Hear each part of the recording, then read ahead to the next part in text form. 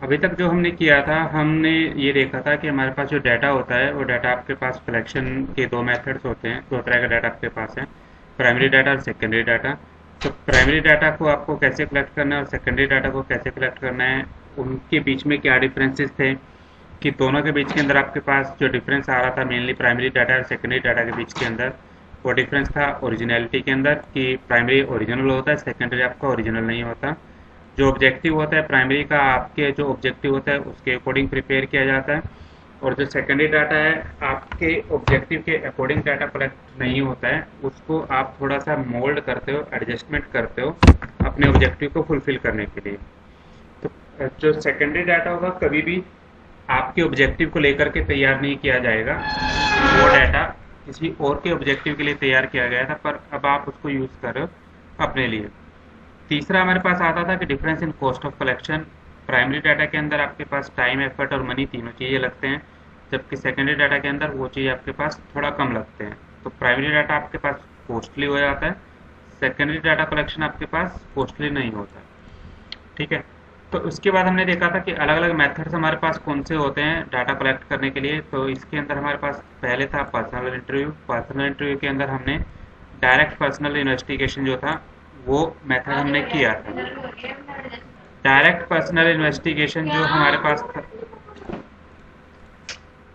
Direct personal investigation के अंदर हम क्या करते थे, हम डायरेक्टली पर्सन के पास जाते थे, उससे उस अपने नीड्स के अकॉर्डिंग जो क्वेश्चन थे वो क्वेश्चंस पूछते थे, तो उससे हमारा जो डाटा था वो कलेक्ट होता था।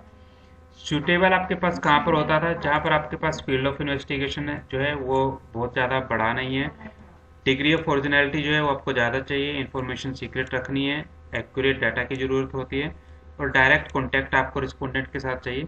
तो वहाँ पर आपके पास जो पर्सनल इन्वेस्टिगेशन था वो सूटेबल था। फिर हमने देखा था कि आपके पास इसकी मेरिट्स क्या थी। मेरिट्स के अंदर हमारे पास क्या आता था कि आपके पास सबसे पहले तो ओरिजिनल, कि आपके पास डाटा जो था वो ओरिजिनल आ जाता था, डाटा एक्यूरेट आता था, डाटा रिलायबल होता था, उससे रिलेटेड इन्फॉर्मेशन हम लोग पूछ सकते थे। डाटा जो आपके पास कलेक्ट होता है वो यूनिफॉर्म डाटा कलेक्ट होता है, और हम अपनी मर्जी के अकॉर्डिंग फ्लेक्सिबिलिटी उसके अंदर लेकर के आ सकते हैं कि इन केस कोई यूज़र रिस्पॉन्ड नहीं कर पा रहा है तो मैं अपने अकॉर्डिंग उस चीज़ को मोल्ड करके इलास्टिक लेकर के आ सकता हूँ, रिजिड नहीं होता डाटा कलेक्शन आपके पास। फिर आपके पास जो आता है वो आती है इसकी डीमेरिट्स। डीमेरिट्स के अंदर हमने देखा था कि आपके पास एक तो जो एरिया कवर होता है वो वाइड एरिया कवर नहीं हो पाता। दूसरा पर्सनल बायसनेस, क्योंकि पर्सन को खुद वो डाटा कलेक्ट करना है तो वो सामने वाले को देख करके बायस हो करके डाटा कलेक्ट कर सकता है। तीसरा था कॉस्टली, कि पर्सनल इन्वेस्टिगेशन के अंदर टाइम, कॉस्ट और मनी तीनों चीज़ आपके पास लगती हैं, टाइम, एफर्ट्स और मनी तीनों चीज़ आपके पास लगती हैं, तो डाटा आपके पास कलेक्शन का मेथड जो होता है वो कॉस्टली हो जाता है। फिर लिमिटेड कवरेज, कि हम एक बहुत छोटा एरिया जो है वो कवर कर पाते हैं पर्सनल इन्वेस्टिगेशन के अंदर, बड़ा एरिया जो है वो कवर नहीं हो पाता। तो ये इसकी डिमेरिट्स थी। सेकेंड मेथड जो हमारे पास आता है इसके अंदर वो आता है इनडायरेक्ट ओरल इन्वेस्टिगेशन। जैसे कि नाम ही आपको बता रहा है इनडायरेक्ट ओरल इन्वेस्टिगेशन, इसके अंदर हम पर्सन टू पर्सन नहीं जाते हैं, किसी पर्सन के पास हम डायरेक्टली नहीं जाएंगे।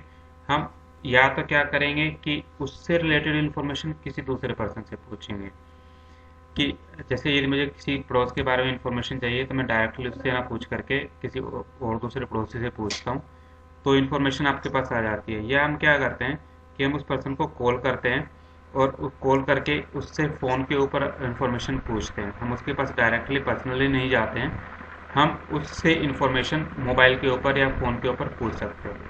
तो इसके अंदर आपके पास होता क्या है कि एक तो आपको इन्फॉर्मेशन जो है वो उससे रिलेटेड इन्फॉर्मेशन किसी दूसरे से पूछते हो, कि आप information collected orally from the person who are expected to possess the necessary information, कि आप उस पर्सन से इन्फॉर्मेशन लेते हो जिसके पास आपको लगता है कि दूसरे पर्सन से रिलेटेड इन्फॉर्मेशन आपके पास होगी, तो आपको इन्फॉर्मेशन मिल जाती है। जैसे आपके पास इनडायरेक्ट ओरल इन्वेस्टिगेशन आता है आपके पास, सपोज करो पुलिस किसी मैटर को इन्वेस्टिगेट कर रही है, अब पुलिस डायरेक्टली चोर से जाकर के तो नहीं पूछ सकती कि तुमने चोरी की है या चोरी नहीं की, तो उसके बारे में इंफॉर्मेशन पूछी जाती है अड़ोस पड़ोस से कि भाई तुमने किसको देखा था, किसने चोरी की हो सकती है, क्या चीज़ हो सकती है। तो इस तरह की इन्फॉर्मेशन जो होती हैं वो इनडायरेक्ट ओरल इन्वेस्टिगेशन से आपके पास निकाली जाती है, जहाँ पर भी आप डायरेक्टली उस पर्सन से नहीं पूछ सकते, इनडायरेक्टली आप किसी और से पूछते हो। इसका एक दूसरा एग्जांपल आप लोगों के पास जो डेली लाइफ के अंदर यूज़ होता है, वो शादी के टाइम पे यूज़ होता है। ठीक है, तो उस टाइम पे आप डायरेक्टली लड़के या लड़की के बारे में उनसे जाकर के नहीं पूछते हो, आप उसके अड़ोसी पड़ोसी से पूछते हो कि ये लड़का कैसा है, ये लड़की कैसी है, या क्या करता है क्या नहीं करता। तो वो सारे के सारे इन्फॉर्मेशन आप वहाँ से निकालते हो। तो इस तरह की इन्वेस्टिगेशन जो होते हैं वो आप बोलते हो कि इनडायरेक्ट ओरल इन्वेस्टिगेशन आप कर रहे हो। ठीक है, तो इसकी आपके पास सूटेबल कहाँ पर होती है कि आपके पास ये चीज़ सूटेबल होती है कि एक तो field of investigation is relatively large, जहाँ पर आपके पास फील्ड जो इन्वेस्टिगेट करना है वो बहुत बड़ा है। ये मेथड आपके पास न्यूज़पेपर वाले भी यूज़ करते हैं, जिनको न्यूज़ जो होती है वो कलेक्ट करनी होती है, तो वो डायरेक्टली उस पर्सन से कलेक्ट नहीं करते हैं, वो एक जनरल राय लेते हैं लोगों से कि बजट आया तो बजट कैसा लगा आप लोगों को, प्रधानमंत्री को और क्या करना चाहिए, उन्होंने क्या किया क्या नहीं किया। तो इस तरह के सारे इन्फॉर्मेशन न्यूज़ एंकर्स जो होते हैं वो निकालते हैं थ्रू इनडायरेक्ट ओरल इन्वेस्टिगेशन। तो पहला तो आपके पास है कि फील्ड ऑफ इन्वेस्टिगेशन आपका बहुत बड़ा है, तो वहाँ पर आप इनडायरेक्ट मेथड यूज़ करते हो। दूसरा कि जहाँ पर आपके पास डायरेक्ट कॉन्टैक्ट करने की फैसिलिटी नहीं है, कि सपोज करो आपके किसी मंत्री का काम पूछना है कि उसने कैसा काम किया क्या किया, आप डायरेक्टली उससे ना पूछ करके जनता से पूछते हो कि इस पर्सन ने कैसा काम किया है, तो आपके पास इतनी पावर नहीं है कि आप डायरेक्टली मंत्री के पास जाओ उससे चीज़ें पूछो, तो आप और लोगों से राय ले सकते हो उसके बारे में।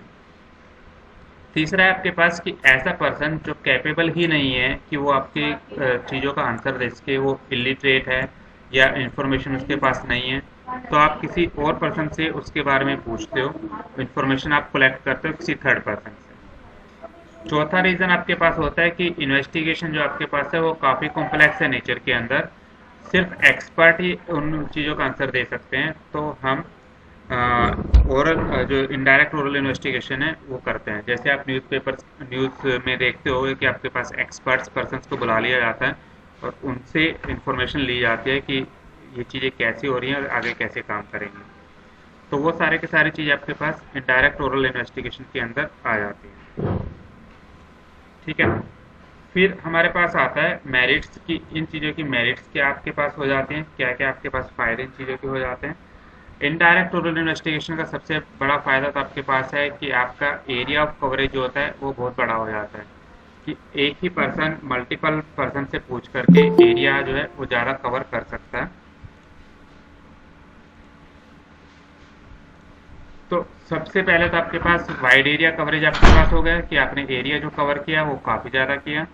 दूसरा लेस एक्सपेंसिव, क्योंकि अब मुझे पर्सन टू पर्सन किसी के घर पे नहीं जाना, आप मुझे क्या करना है कि मुझे सिर्फ एक ही जगह खड़े होकर के 10 पर्सन से वहीं पे पूछ लेना है, तो आपके पास रिलेटिवली लेस एक्सपेंसिव आता है ये method compare to direct personal investigation. तीसरी चीज़ आपके पास आती है एक्सपर्ट ओपिनियन, क्योंकि जब आप ऐसे पर्सन्स बुला रहे हो जो उस पर्टिकुलर फील्ड के अंदर एक्सपर्ट्स हैं, उस पर्टिकुलर फील्ड के अंदर मास्टरी है उनके पास, तो जब आप उनकी ओपिनियन लेते हो तो आपके पास एक्सपर्ट ओपिनियन मिल जाती है। आपके पास जो डाटा आता है वो डाटा आपके पास रिलायबल आता है, क्योंकि एक्सपर्ट्स लोगों ने वो दिया हुआ होता है।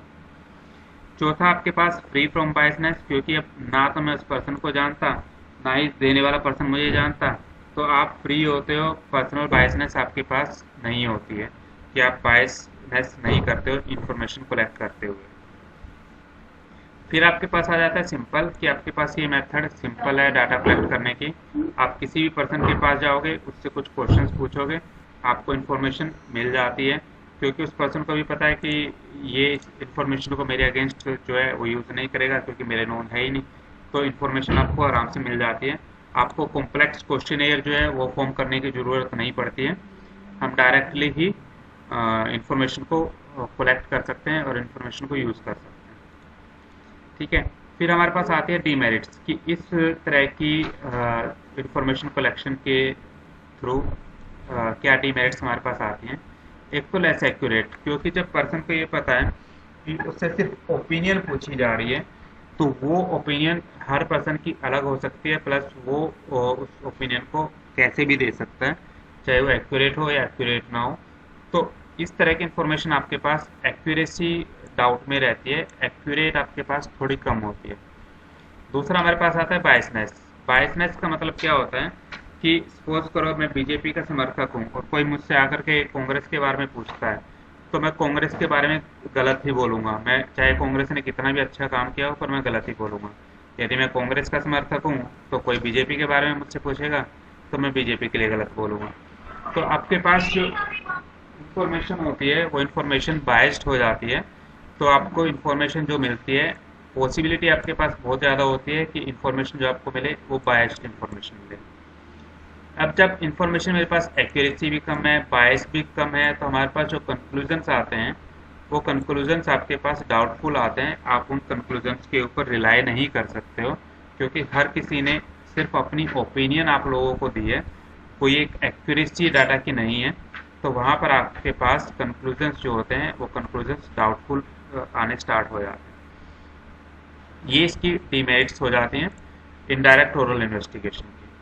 तो अब इन दोनों के अंदर पर्सनल इन्वेस्टिगेशन और इनडायरेक्ट इन्वेस्टिगेशन के अंदर डिफरेंस कहाँ पर आ जाता है? तो डिफरेंस आपके पास जो आता है सबसे पहले, तो डायरेक्ट इन्वेस्टिगेशन के अंदर आप पर्सनल कांटेक्ट रखते हो, आप एक डायरेक्टली कांटेक्ट करते हो रिस्पोंडेंट के साथ, जबकि इनडायरेक्ट के अंदर हम किसी दूसरे पर्सन से पूछते हैं उस पर्सन के बारे में, तो हम डायरेक्ट कांटेक्ट के अंदर नहीं आ पाते हैं। तो जब आप डायरेक्ट कांटेक्ट के अंदर नहीं आ पाते हो तो इन्फॉर्मेशन जब आपको मिलती है वो इन्फॉर्मेशन अलग अलग तरह की इन्फॉर्मेशन मिलती है। दूसरा, डायरेक्ट पर्सनल इन्वेस्टिगेशन आपके पास यूज होता है जहाँ पर आपके पास एरिया जो होता है वो स्मॉल होता है, छोटा एरिया आपको करना है, जबकि इनडायरेक्ट आपके पास होता है कि जहाँ पर आपके पास इन्वेस्टिगेशन ऑफ एरिया लार्ज होता है, तो वहाँ पर आप कर सकते हो। डायरेक्ट पर्सनल इन्वेस्टिगेशन के अंदर आपके पास जो होती है लैंग्वेज जो यूज़ की जाती है वो सेम लैंग्वेज यूज़ की जाती है जो रिस्पोंडेंट जानता है, क्योंकि हमें डायरेक्टली उस पर्सन के पर्सनल टच में आना है और उससे इन्फॉर्मेशन लेनी है। तो हम जो लैंग्वेज यूज़ करते हैं वो लैंग्वेज यूज़ करेंगे जिससे रिस्पोंडेंट नोन होगा और उसकी कल्चरल हैबिट्स और सब चीज़ें हमें पता होंगी। जबकि आपके पास इनडायरेक्ट के अंदर इस तरह की कोई रिक्वायरमेंट नहीं होती, हम किसी से भी रोक करके कुछ भी इंफॉर्मेशन ले सकते हैं। तो आपके पास ऐसा ज़रूरी नहीं होता कि आप सेम कल्चर के हो या सेम लैंग्वेज आप लोगों को आती हो। ठीक है, डायरेक्ट इन्वेस्टिगेशन हमने देख ही लिया था कि कॉस्टलियर होता है और इनडायरेक्ट इन्वेस्टिगेशन आपके पास लेस कॉस्टलियर होता है। तो ये आपके पास बेसिकली डिफरेंस आ जाता है डायरेक्ट इन्वेस्टिगेशन के अंदर और इनडायरेक्ट ओरल इन्वेस्टिगेशन के अंदर। तो आज के लिए हम सिर्फ यही टॉपिक कर रहे हैं। तो आप लोगों को इस टॉपिक में कोई डाउट है तो मुझे बताइए, या इससे पहले जो भी हमने इस चैप्टर के स्टार्टिंग में किया है उस पूरे के अंदर कोई भी डाउट है तो बताइए मेरे को।